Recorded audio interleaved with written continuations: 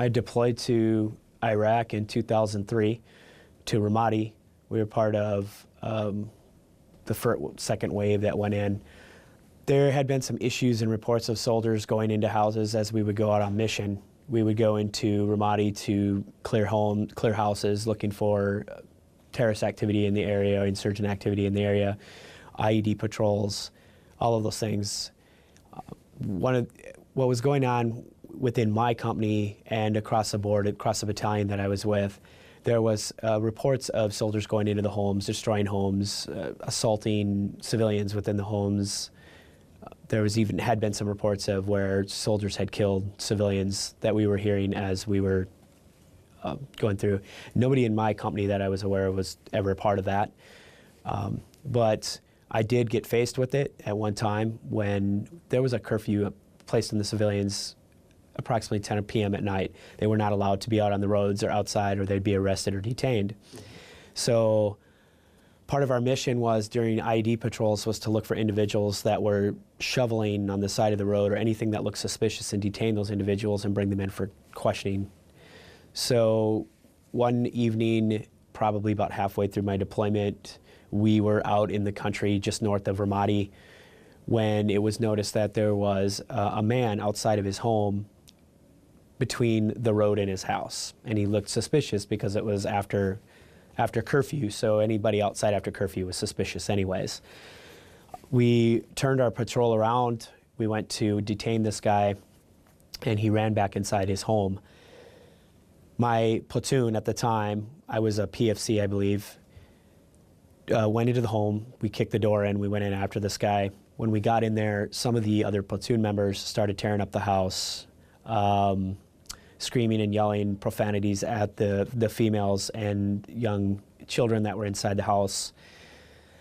When they caught this guy, he was a rather large man. He was probably 7 foot tall, very big man. When they got him, they drug him outside, and 2 soldiers from my platoon took out their pistols and pistol whipped him on the ground.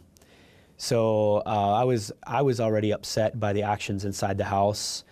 At the time, I took it upon myself to learn a large portion of Arabic so I could understand and yell and talk and yell and whatever I need to do in Arabic. The mother of the individual that was being assaulted ran outside and was saying, "Enti anta majnoon," which means he's crazy, please stop. And then she was talking about this individual was her son. And she was saying he was mentally handicapped, is what she was saying. When they say that in Iraq, they're saying he's mentally handicapped. They call it majnoon, which means crazy. I yelled at the 2 soldiers one of them happened to be my best friend, and still is my best friend. And another one was a sergeant who was our medic, which even irritated me even more that he was involved with this.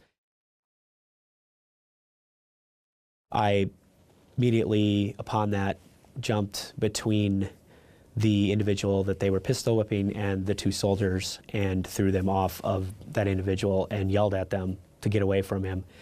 He was already unconscious on the ground at that point. He was pretty brutally beat. Even though I was faced with the risk of possibly losing my best friend and being outcasted from the platoon, I chose to report the incident to my first sergeant. From there, the first sergeant went to the commander. We sat down with the commander. I told him what had happened. I was pretty much ostracized. My unit at the time, and when I say this, it was a good unit. I had good leadership. I had great soldiers in my unit. But at that time, they chose not to pursue any charges against the NCO or my friend for the actions that they did. The sergeant that was involved was the one that started the whole smoke sessions and got involved with other NCOs at the time. They were all sergeants and staff sergeants. They would make me run in the heat back and forth from the Bradleys. We drove and gun on Bradleys at the time, run back and forth with all of my equipment and lay out all my equipment, then pick it all back up and run it back. And we're talking 130-degree weather. I'd have to be in full battle rattle. Back in 2003, there was really no such thing as hazing. So it was smoking, and it was not authorized but accepted. And finally, another sergeant who had just showed up to our company and became my squad leader, he, very good NCO, stepped in and stopped it. So if it wasn't for him, they would have probably continued it throughout my deployment. And I was there 14 months, so it was a long time.